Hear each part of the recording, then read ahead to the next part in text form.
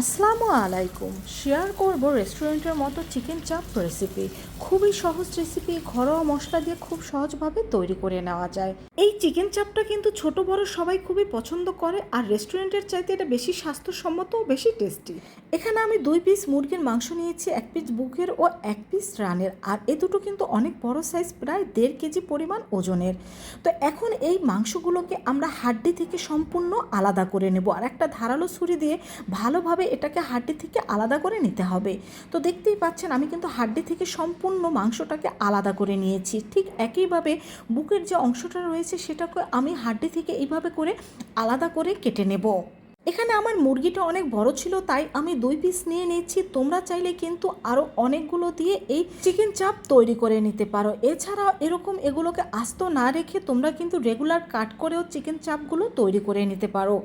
তো এটা আমাদের ভালোভাবে কেটে নেওয়া হয়ে গিয়েছে। এখন এখানে আমি পলিথিনের কাগজ নিয়ে নিয়েছি। এখন এর উপরে আমরা সে হাড্ডি থেকে ছাড়ানো চিকেনগুলো দিয়ে দেব।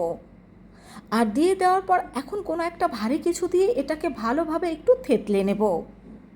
আর এভাবে এটাকে থেতলে নিলে কিন্তু এটা আরও বেশি জুসি আর আরও বেশি সফট হয়ে থাকে। তো দুটো পিসই আমি ভালোভাবে এইভাবে করে থেতলে নিচ্ছি, দেখতেই পাচ্ছেন। তো এটাকে থেতলে নেওয়া আমাদের হয়ে গিয়েছে।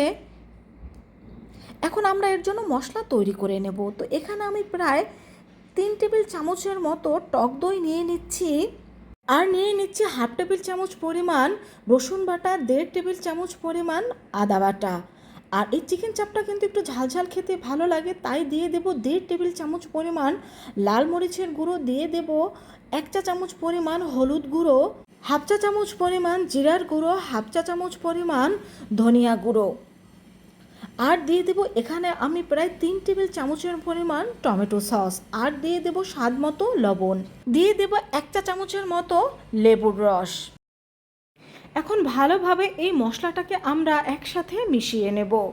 তো প্রথমে এটাকে ভালোভাবে মিশিয়ে নেওয়ার পর এখন এর মধ্যে দিয়ে দেব 3 টেবিল চামচ পরিমাণ সর্ষের তেল। সর্ষের তেলটাও কিন্তু এর সাথে ভালোভাবে মিশিয়ে নিতে হবে। তো আমাদের চিকেন চাপের জন্য মশলাটা কিন্তু একেবারেই তৈরি।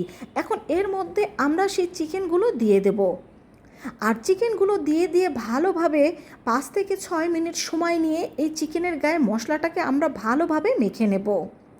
তো মশলাটা চিকেনের গায়ে ভালোভাবে মেখে নেওয়ার পরে এই চিকেনটাকে আমরা 1 ঘন্টার জন্য রেস্টে রেখে দেব। আপনাদের হাতে সময় থাকলে আপনারা 2-3 ঘন্টার জন্য রেস্টে রেখে দিতে পারেন, এতে এর টেস্ট অনেক ভালো হয়। তো এখানে আমি নিয়ে নিচ্ছি বেসনের মধ্যে দিয়ে দিচ্ছি লাল মরিচের গুঁড়ো, আর দিয়ে দেব সামান্য ম্যাগি মশলা। এখন এই উপকরণগুলোকে ভালোভাবে মিশিয়ে নিচ্ছি। মিশিয়ে নেওয়ার পর 1 ঘন্টা পরে আমাদের চিকেনটা কিন্তু একেবারে তৈরি হয়ে গিয়েছে। এখন এই চিকেনটাকে বেসনের মধ্যে আমরা কোট করে নেব। যেহেতু চিকেনের সাইজটা অনেক বেশি বড়, তাই এখানে যে বেসনটা নিয়েছি এই বেসনটা 1 পিস চিকেনের জন্য যথেষ্ট। 1 পিস চিকেনের জন্য আমরা পরবর্তীতে বেসনটা আবার তৈরি করে নেব। তো ভালোভাবে এর গায়ে এই বেসনটা আমরা লাগিয়ে নিচ্ছি। তো বেসনটা ভালোভাবে এর গায়ে লাগিয়ে নেওয়া হয়ে গেলে এখন এটাকে আমরা চুলায় নিয়ে যাব ভাজার জন্য।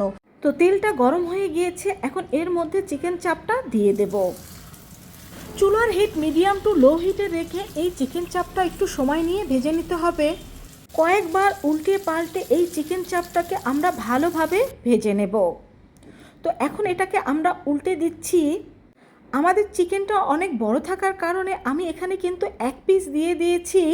তোমরা যদি একসাথে 2 পিস দিয়ে দিতে পারো সেক্ষেত্রে একসাথে 2 পিসও ভেজে নিতে পারো। তো আমাদের চিকেন চাপটা কয়েকবার উল্টে পাল্টে ভালোভাবে ভেজে নেওয়া কিন্তু হয়ে গিয়েছে, দেখতেই পাচ্ছ। এটাকে এখন তুলে নিচ্ছি।